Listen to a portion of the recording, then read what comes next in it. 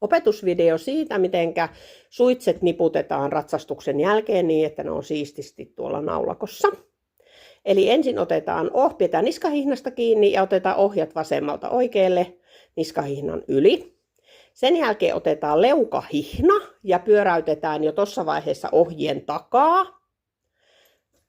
Noin. Sitten se tulee toisen kerran siitä otsapanna alta ja kiinni tuohon leukahihnan leifistä, eli siitä nahkaisesta lenkistä. Jos se on napakka ja se pysyy siinä hyvin, niin se voi olla näin, sitä ei tarvitse laittaa lukkoon kiinni, se on seuraavalle helpompi. Sitten otetaan turpahihna.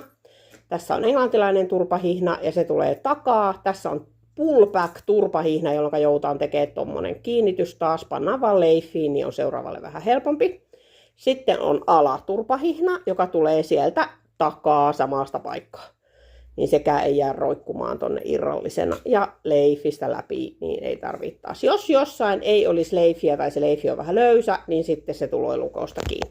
Ja silloin kun se on oikein niputettu, niin tähän eteen tulee tämmöinen risti. Niin sen näkee, että nyt mä niputin sen oikein.